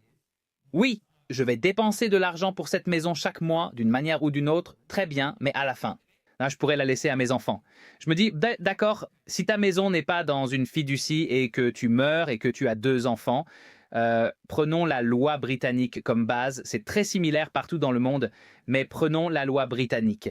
48% de cette maison par en droit de succession retourne au gouvernement. Donc tu as 2 enfants, ils reçoivent à peu près 20% de la valeur de cette maison dans leur poche. Maintenant, ils ne peuvent se permettre que l'acompte pour acheter exactement la même putain de maison que tu viens de passer 30 ans à rembourser. Maintenant, ces 2 enfants ne peuvent même pas se permettre d'acheter la maison que tu as dû vendre pour qu'ils puissent payer les droits de succession que tu as travaillé toute ta vie à payer. C'est de l'ignorance. Les gens sont ignorants, on ne leur a pas appris. Alors ils pensent que posséder une maison est le saint Graal pour une vie meilleure. Ce n'est pas le cas. Donc ça, c'est une partie, c'est la propriété de la maison qui représente la grande majorité du marché immobilier. Et d'ailleurs, ça provoque une énorme inflation quand les gens achètent ces maisons et ils pensent qu'ils gagnent de l'argent sur le papier. Mais en réalité, le coût de la vie a augmenté pour s'aligner. Donc s'ils vendaient cette maison et devaient aller louer, tout cet argent qu'ils gagnent serait absorbé par le coût qu'ils auraient à vivre. Donc personne ne gagne dans ce scénario à part ceux qui vous prêtent l'argent. Très bien, maintenant parlons d'une autre partie du marché immobilier dont les gens aiment parler, qui est d'acheter une maison et de la louer. D'accord, appelons ça le seul argument que je pourrais donner à cela, c'est la préservation de la richesse. Donc, vous avez un peu d'argent, c'est d'ailleurs souvent la structure de la classe moyenne, vous avez un peu d'argent et vous achetez une maison. Et maintenant, vous espérez qu'elle prenne de la valeur, les doigts croisés. Et ensuite, vous obtenez un loyer pour essayer au moins de couvrir l'hypothèque. Très bien, mais vous avez toujours quelque chose, une fracture dans votre esprit où vous devez gérer cette chose. Oui, donc une petite partie de votre cerveau est prise à devoir la gérer. Cette partie du cerveau qui aurait pu construire quelque chose qui vous rapporte réellement de l'argent ou vous apprend quelque chose, maintenant vous devez vous inquiéter de changer les serrures de la porte d'entrée, de réparer une machine à laver ici et là, de réparer une clôture qui est tombée ou de vous assurer que vous respectez la loi pour que le locataire ait ce qu'il doit avoir. Vraiment, ça vous disperse l'esprit et vous prend du temps. Mettons ça de côté parce que beaucoup de gens ne reconnaîtront même pas ça comme un problème et vous dites « D'accord, maintenant je possède un bien immobilier ». Maintenant, en Angleterre, il y a une maison à Shoreditch, qui est en zone 1. Cette maison, en 2014, s'est vendue à 750 000 livres. La semaine dernière, en 2025, 11 ans plus tard, elle est en vente à 625 000 livres. Elle a perdu de l'argent et personne ne veut jamais parler de ces maisons qui perdent de l'argent. C'est comme si les seules personnes qui veulent en parler, c'est quand ils attrapent un gros poisson. Ils ne veulent pas parler du gros poisson, ils ne parlent pas des petits poissons qu'ils comptent ou des poissons qu'ils n'ont pas eus. Cette maison a perdu de la valeur en plein centre de Londres, Shoreditch, appartement de chambre, elle a baissé en valeur. Donc quelqu'un l'a acheté en 2014 et maintenant il perd de l'argent en la vendant. Très bien, donc supprimons juste le fantasme que chaque maison que vous achetez va prendre de la valeur. Bien sûr que ce n'est pas vrai. Supposons que ce soit vrai. Vous avez acheté une maison et elle a pris de la valeur. Le fait, c'est que ce modèle est exactement la raison pour laquelle le Monopoly a été inventé par une femme très intelligente qui voulait mettre en avant, à l'origine, elle a conçu 2 Monopoly. Un, le jeu de Monopoly que nous connaissons tous aujourd'hui où l'on joue, et il n'y a qu'un seul gagnant à la fin, d'accord? Et elle voulait montrer ce qui se passe quand on fait de la propriété, qui est un besoin humain fondamental d'avoir un endroit où rester qui soit sûr et chaud, un besoin humain fondamental, un business. Et ce qui se passe, c'est qu'au final, comme au Monopoly, il n'y a qu'un seul gagnant, d'accord? Et ce ne sera pas vous. Ce sera BlackRock.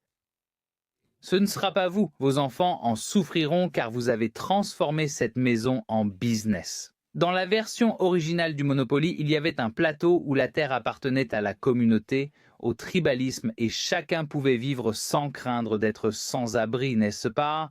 Un tribalisme communautaire, comme avant. Donc la terre ne peut pas être possédée par une entreprise pour générer du rendement, car finalement, par exemple en Angleterre, c'est pareil en Amérique, mais prenons l'Angleterre. Il y a des infirmières qui ne peuvent ni louer ni acheter une maison. Elles sont sur des tickets alimentaires et elles ne peuvent pas gagner plus d'argent. Donc, vous avez acheté une maison et vous en tirez un rendement maximal, alors que la personne qui va probablement vous sauver la vie ce soir aux urgences ne le peut pas. Ou elles ne peuvent même pas payer leur loyer car un promoteur en prend 8%. Je ne dis pas qu'on ne peut pas gagner d'argent ainsi, mais c'est un problème moral. On ne doit pas faire de la propriété un business. Nous devons comprendre que c'est un besoin humain fondamental comme l'électricité ou l'eau. Cela ne devrait pas être un business. L'électricité a été conçue comme un business et maintenant nous en sommes prisonniers. D'énormes factures d'électricité, d'énormes factures d'eau, des coûts de la vie énormes pour des besoins fondamentaux. Et d'ailleurs, si vous regardez simplement les statistiques, Ce n'est pas une théorie du complot. Regardez juste les chiffres. En 1999 en Angleterre, il y avait 20 000 sans-abri. En 2025, on compte plus de 350 000 cas conséquence de la transformation de la propriété en business. Pour moi, le débat n'est pas sur la possibilité de gagner de l'argent avec l'immobilier. Ce n'est jamais garanti, soyons clairs. Ce n'est pas sûr.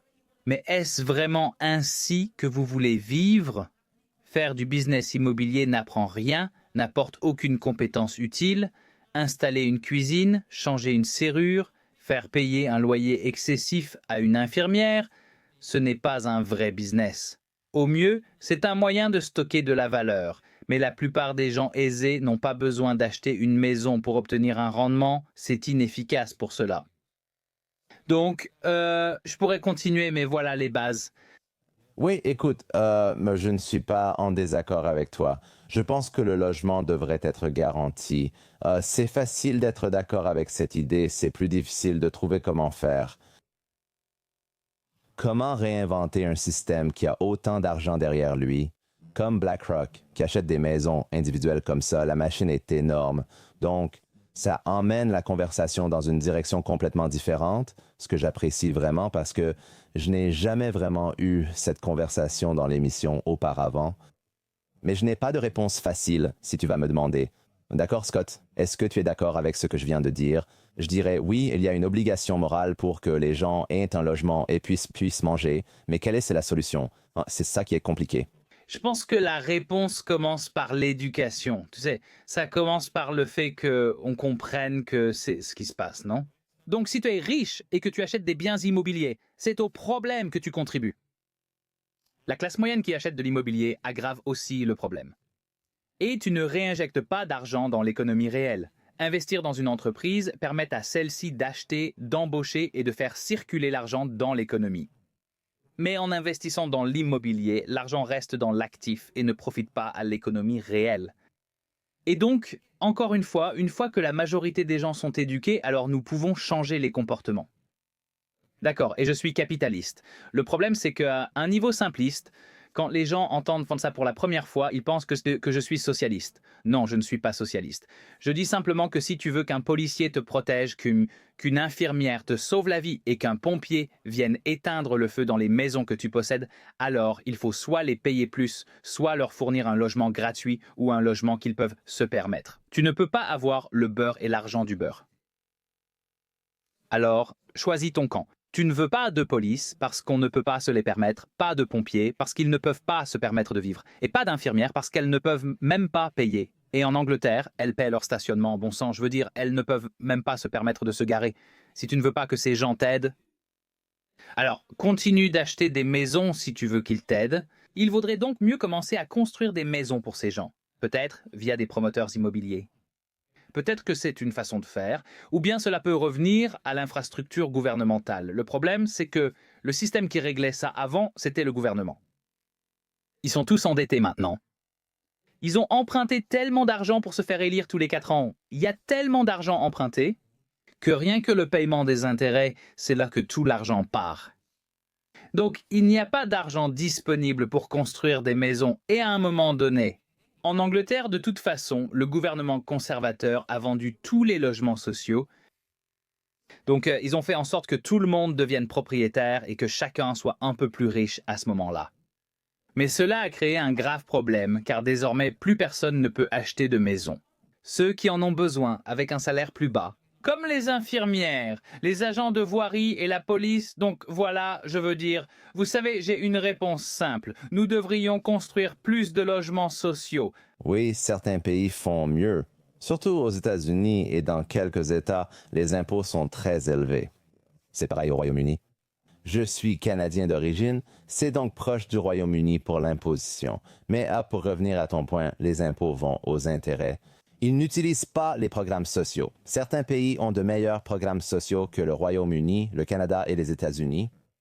Je pense qu'ils subventionnent plus le logement. Mais dans certains pays, ce que vous vivez au Royaume-Uni, je ne savais pas que c'était si grave. Écoutez, je pense qu'on devrait au moins pouvoir reparler de ce problème. Je reçois beaucoup de messages car beaucoup disent non, les biens immobiliers enrichissent leurs propriétaires. Je réponds D'accord, on peut gagner de l'argent ainsi.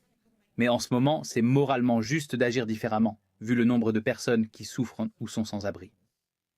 Une grande raison de leur souffrance est le coût élevé du logement partout dans le monde.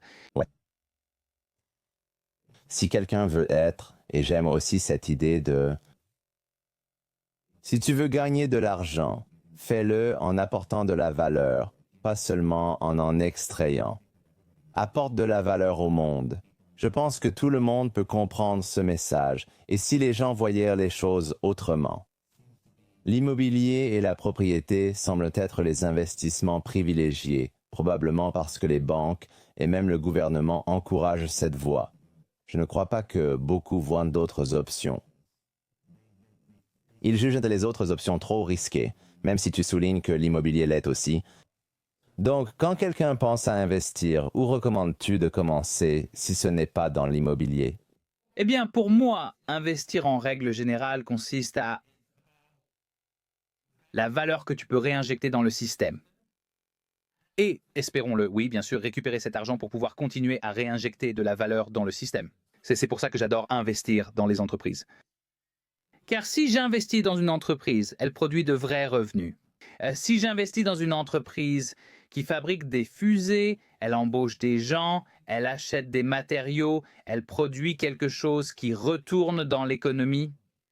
Et ensuite, cette entreprise devrait devenir une source de revenus qui te ramène cet argent pour te permettre de recommencer. D'accord, mais je pense que chacun aura une raison différente d'investir. Si tu veux gagner beaucoup d'argent, si c'est ton objectif principal, alors je pense que le meilleur investissement que tu puisses faire, c'est dans ta propre entreprise parce que tu contrôles ce qui se passe. Si tu mets de l'argent en bourse, ce qui n'est pas mon domaine d'expertise. Donc, tu sais, je ne conseille pas aux gens d'investir en bourse, mais je comprends totalement pourquoi certains le font. Mais là, tu investis dans le travail de quelqu'un d'autre en espérant qu'il ne fasse pas de conneries. Donc, si tu achètes Tesla aujourd'hui, tu ferais mieux d'espérer que Elon Musk ne fasse pas un tweet qui énerve tout le monde. Tu sais, tu mets essentiellement toute ta confiance dans quelqu'un d'autre. Pourquoi ne pas avoir confiance en toi-même? Maintenant, si tu as déjà gagné de l'argent grâce à ta propre entreprise, comme moi j'ai gagné de l'argent avec mes propres entreprises, donc maintenant, j'investis à nouveau dans ma propre entreprise, Helpbank, mais j'investis aussi dans les rêves des autres. Je leur donne de l'argent pour faire tourner leurs entreprises, ce qui fait circuler l'argent. Donc cet investissement économique dans le monde réel ne me rapporte pas seulement de l'argent, parfois je perds de l'argent. Certaines entreprises, ils ne fonctionnent pas, mais au moins cet argent est allé dans l'économie. Vous savez, même si l'entreprise échoue, il y a quand même des gens qui ont été payés, des gens ont dépensé de l'argent pour ce que l'entreprise essayait de faire, des ordinateurs et toutes ces choses. Nous avons injecté de l'argent dans l'économie réelle, donc même en cas d'échec, l'argent revient dans le système. Lorsque vous achetez une propriété, elle reste sur place. Ouais, tu penses que juste... Tu sais, ce message d'investir en soi, d'investir dans la création d'une entreprise, de devenir entrepreneur, est-ce que tu penses que tout le monde peut devenir entrepreneur? Tout le monde peut devenir entrepreneur, 100%. Je ne sais pas ce que ça veut dire. Tout le monde peut aller travailler pour quelqu'un. Non, les gens peuvent trouver un emploi, d'accord? Très bien. Certaines personnes se font virer du jour au lendemain et elles perdent leur emploi, leur entreprise s'effondre. Bien sûr que n'importe qui peut être entrepreneur, bien sûr. On est des êtres incroyablement intelligents. Ça me sidère qu'on se pose même la question, en fait. Je pense que la vraie question qu'on devrait se poser, c'est quel type d'entrepreneur es-tu? D'accord, tout le monde ne veut pas être Elon Musk, tout le monde ne veut pas travailler aussi dur que moi. Je pense que certaines personnes peuvent avoir une entreprise axée sur le style de vie et je pense qu'il n'y a absolument rien de mal à ça. Je pense que l'entrepreneuriat est juste un cadre pour monétiser idéalement ce que tu aimes faire. Tu sais, et si tu aimes ce que tu fais, ironiquement, la plupart du temps, tu finis par gagner de l'argent, non? C'est incroyable, n'est-ce pas? Ouais, 100%, ce n'est pas si compliqué. Et maintenant, certaines personnes ne réalisent même pas qu'elles sont entrepreneurs, comme Hélène dont je parlais tout à l'heure. Elle était graphiste, elle ne pensait pas être entrepreneur, elle pensait être créative. Tout ce que j'ai fait, c'est mettre une structure d'équité autour d'elle pour que son travail ait de la valeur en action. Donc tout ce que quelqu'un doit faire, c'est comprendre comment fonctionne l'équité et comment fonctionne la modélisation d'entreprise, l'appliquer à sa vie, et il peut devenir entrepreneur. peu importe, si tu es peintre, tu es entrepreneur. Si tu es acteur, tu es entrepreneur. Tu sais, et certains de ces acteurs prouvent maintenant qu'ils sont entrepreneurs, non? Ils sont passés du métier d'acteur à l'achat de clubs de football, tu vois. Si tu es un athlète, tu es entrepreneur. Mets un modèle économique autour de ta vie, trouve des sponsors comme Michael Jordan l'a fait, construit des marques, possède des produits. C'est fou pour moi que les gens pensent qu'il y a certains qui peuvent être entrepreneurs et d'autres non. Ce n'est pas vrai. Il y a des gens qui comprennent la structure d'entreprise et d'autres qui ne la comprennent pas. Et à mon avis, le système scolaire ne l'enseigne pas volontairement. C'est la seule différence. Mais ils sont capables d'être entrepreneurs. Ils devraient être entrepreneurs. Je vais finir avec quelques questions rapides pour extraire les dernières pépites de sagesse. Tu en as déjà partagé beaucoup, mais avant de conclure, je souhaite donner tous tes liens et réseaux sociaux pour que les gens puissent te contacter. Quel est ton rêve et ton livre qui résume ton contenu disponible partout où l'on achète des livres? S'il y a un lien précis, je l'ajouterai aux notes de l'émission. Je crois qu'il est aussi sur ton site web. Quel est ton rêve? Royaume-Uni ou ton... Rêve parfait. Je vais m'en occuper. Envoie les liens, tout ce que tu veux, dans les notes de l'émission. Évidemment, si les gens veulent te suivre, c'est juste à... Vérifiez que c'est bien le compte vérifié, parce qu'il y a beaucoup de faux comptes en ce moment. Bien sûr. Y a-t-il autre chose ou un autre lieu à mentionner pour informer le public dont nous n'avons pas parlé? Help Bank est aussi une initiative sur laquelle tu travailles. Autre chose? Pour aider quelqu'un et améliorer sa vie, il suffit d'aller sur helpbank.com 4 minutes par jour pour faire une différence, même minime, pour soi. Aider quelqu'un libère de l'ocytocine et rend plus heureux, donc j'aimerais ça. J'aimerais que plus de gens aillent sur Helpbank et soient plus heureux en aidant les autres, et aussi qu'ils y aillent pour demander de l'aide. C'est important pour moi parce que ça permet d'aller au-delà de ce que je peux faire moi-même. Je ne peux aider en moyenne que 2 personnes par jour. J'essaie d'aider 2 personnes par jour et je fais ça depuis 5 ans. Mais il y a des millions de personnes qui ont besoin d'aide. Si tous les auditeurs de ton podcast allaient aider quelqu'un sur Helpbank aujourd'hui, on pourrait vraiment faire une énorme différence. Donc, c'est important pour moi. Et oui, achetez le livre si vous pouvez. J'utilise les bénéfices pour financer les rêves des gens et j'espère que le livre apportera de la valeur à vos auditeurs. Ce serait incroyable. Je pense que c'est tout. Oui, ça le fera. Merci. D'accord. Je voudrais te poser quelques questions rapides pour recueillir quelques derniers mots de sagesse de ta part. Merci d'avoir pris le temps. Je t'apprécie vraiment. J'espère que... je sais que tout le monde regarde aussi sur TikTok. J'espère qu'ils ont apprécié. Mais je voudrais... D'accord. Donc, il y a une chose que j'aime comprendre parce que, évidemment, tout n'a pas toujours été facile. Mais évidemment, tu vois où tu en es aujourd'hui et les gens se disent « Oh, tu sais, super entrepreneur, tu as construit une grande marque, une énorme communauté sur les réseaux sociaux.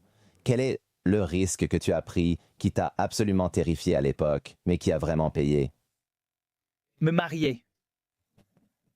J'adore ça. Oui, j'adore ça. Je pense vraiment que ton partenaire dans la vie... Tu sais, c'est probablement l'un des moments les plus importants et je ne pense pas que les gens passent assez de temps à comprendre à nouveau le code moral de cette personne.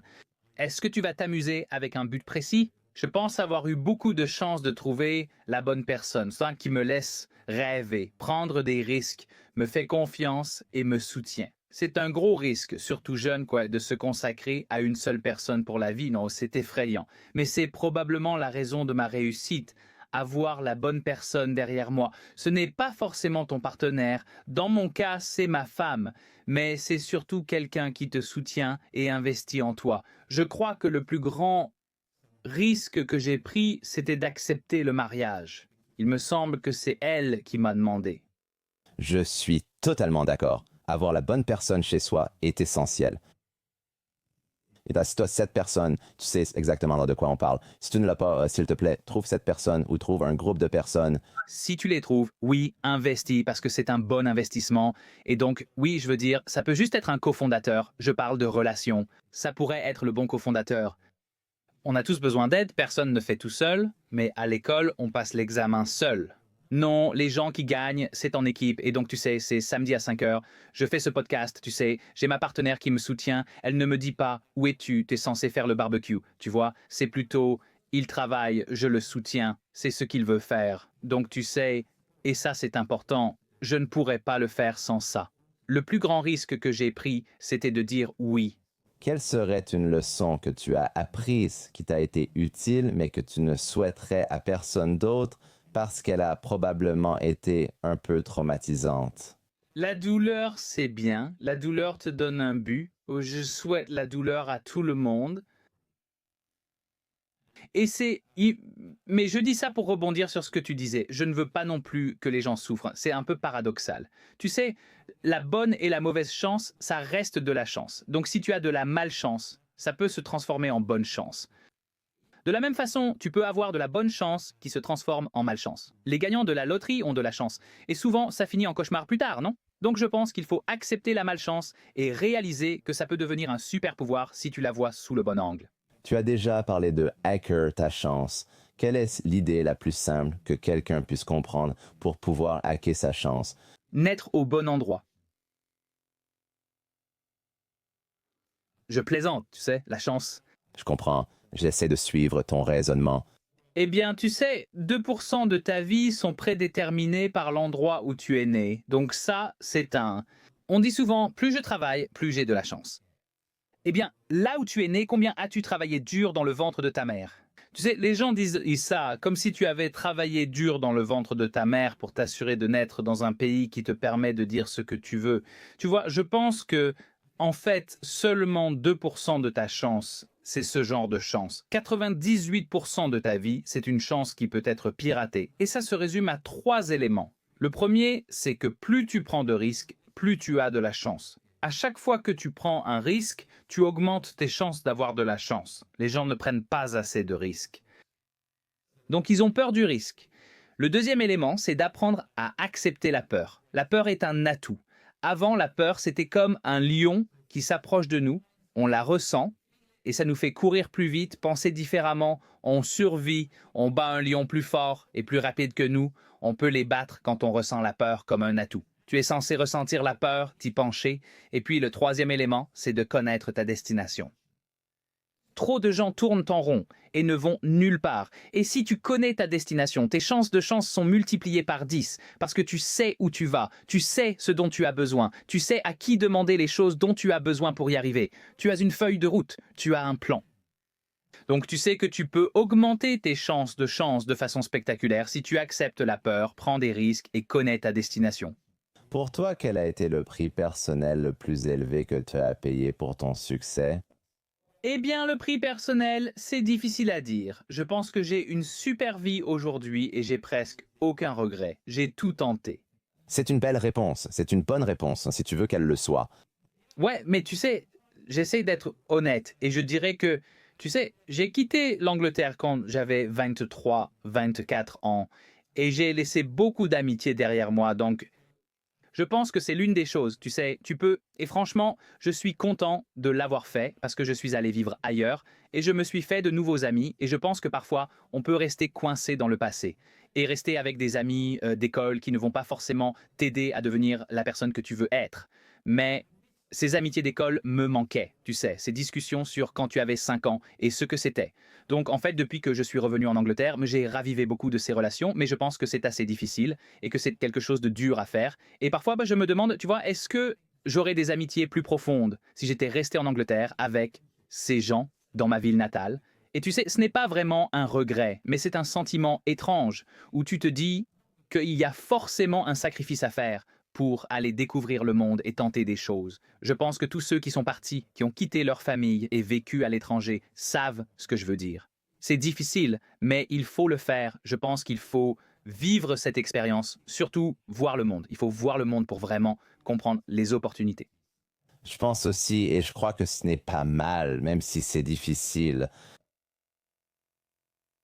Écoute, tu n'abandonnes pas les gens, mais tu dois vraiment choisir la vie que tu veux et voir si les personnes autour de toi t'aideront à y arriver. C'est important. Les clichés sont vrais. On dit que tu es la somme des 5 personnes que tu fréquentes le plus. J'ai de bons amis avec de belles carrières. Certains sont retournés là où je suis né et il n'y a rien de mal à ça, mais ma vie serait très différente. Ouais. Si j'avais choisi de rester. Et ne pas, tu sais, faire certains des choix que j'ai faits. Dernière question, et encore une fois, tu as déjà tant donné, mais j'aime poser cette question sous l'angle de, parmi toutes les choses que tu as apprises dans ta vie, tu ne peux transmettre qu'un seul conseil à tes enfants. Donc, considère que c'est la chose la plus importante que tu aies jamais apprise, parce que c'est tout ce qu'ils pourront apprendre de toi dans cette question théorique. Quel serait ce conseil et pourquoi voudrais-tu le transmettre? Le but de la vie, c'est d'en avoir un.